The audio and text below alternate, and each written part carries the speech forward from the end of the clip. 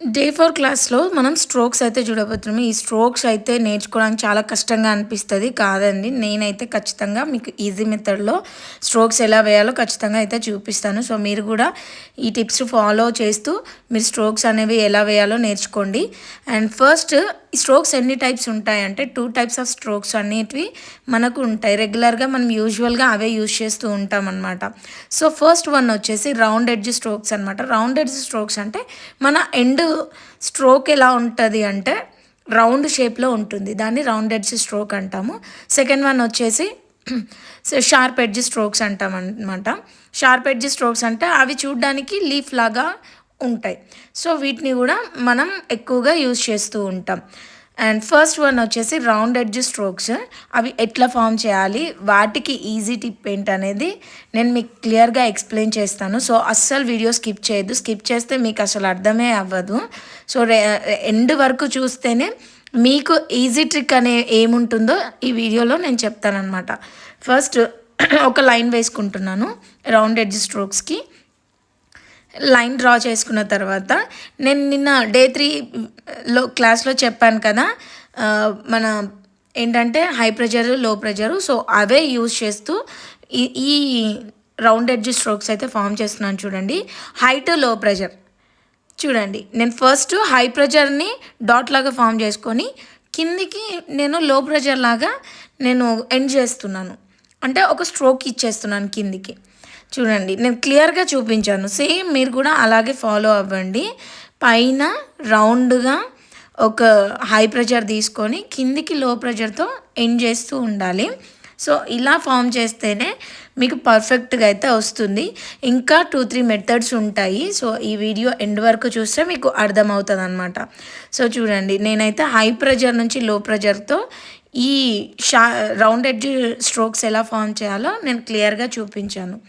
So ఇవి ఒక 3 round edge స్ట్రోక్స్ని form చేస్తే ఒక డిజైన్గా ఎలా ఏర్పడుతుందో నేను చూపిస్తాను. చూడండి, first left side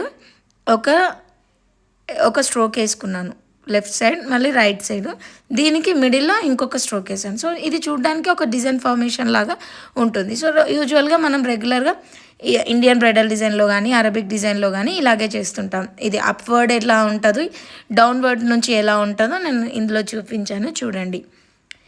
and then next topic వచ్చేసి షార్ప్ ఎడ్జ్ స్ట్రోక్స్.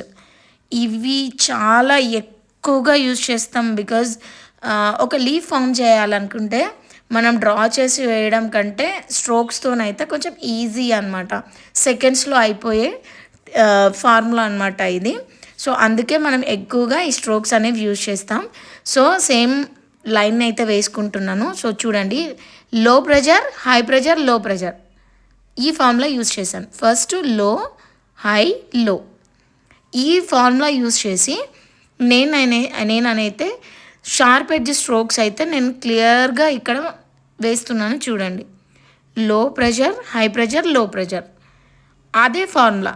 ఆ ఫార్ములా యూజ్ చేసి వేయండి, మీకు ఖచ్చితంగా అయితే ఇంత నీట్ ఫినిషింగ్తో షార్ప్ ఎడ్జ్ స్ట్రోక్స్ అయితే మీరు వేయడం జరుగుతుంది.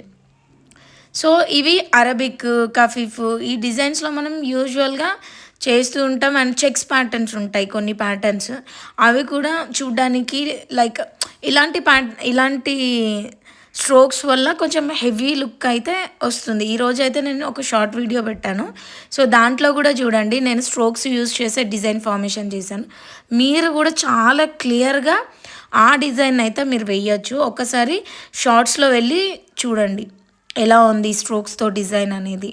సో చూడండి, లో ప్రెషర్, హై ప్రెషర్, లో ప్రెషర్, దాన్ని బేస్ చేసుకొని ఆ ఫార్ములాని యూజ్ చేసి నేనైతే షార్ప్ ఎడ్జ్ స్ట్రోక్స్ అయితే ఫినిష్ చేసేసాను.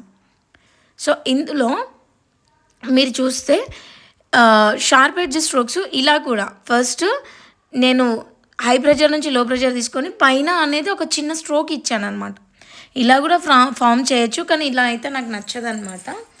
సో ఈ మెథడ్ కూడా ఇంకొకలా ఉంది అని చెప్పడానికి నేను చెప్పాను. సో నేను రెగ్యులర్గా అయితే ఇలాగే ఫామ్ చేస్తాను, లో ప్రెషర్, హై ప్రెషర్, లో ప్రెషర్ తోటి. సో అప్వర్డ్ అయితే ఎలా ఉంటుంది, డౌన్వర్డ్ అయితే ఎలా ఉంటుందో నేనైతే మీకు క్లియర్గా ఈ వీడియో అలా అయితే చూపించాను మన డే 4 క్లాస్లో. సో ఇంకొక మెథడ్ వచ్చేసి ఫస్ట్ లైన్ తీసుకోండి. లో ప్రెషర్ నుంచి హై ప్రెషర్‌కి రౌండ్ ఎడ్జ్ స్ట్రోక్ ఎట్లా ఫామ్ అయితదో చూడండి. అంటే డిఫరెంట్ లుక్ అయితే వస్తుంది మనకి టోటల్‌గా. చూడండి నేను వేస్తున్నాను. డిఫరెంట్ లుక్ అయితే మనం క్రియేట్ చేస్తాం. కొన్ని డిజైన్స్‌లో ఇట్లాంటి లుక్స్ కూడా మనం క్రియేట్ చేస్తూ ఉంటాం. సో ఇట్లా కూడా మీరు నేర్చుకోవాల్సిందే ఖచ్చితంగా. అంటే ఎన్ని రకాలుగా వేస్తామో అన్ని రకాలుగా మనం స్ట్రోక్స్ అనేది నేర్చుకుంటూ ఉండాలి. So next sharp edge strokes కూడా నేను అలాగే ఫామ్ చేశాను చూడండి. డౌన్వర్డ్స్లో ఇలా ఫామ్ చేస్తున్నాను చూడండి. సో లో ప్రెషర్, హై ప్రెషర్, లో ప్రెషర్ ఈ ఫార్ములా యూస్ చేస్తూ నేను చేశాను. అండ్ డే 5th క్లాస్లో మనకి చాలా ఇంపార్టెంట్ టాపిక్ వచ్చేసి హెన్నా మిక్సాలజీ. ఈ కోన్స్ ఎలా తయారు చేయాలనేది మనం నెక్స్ట్ క్లాస్లో చూద్దాం.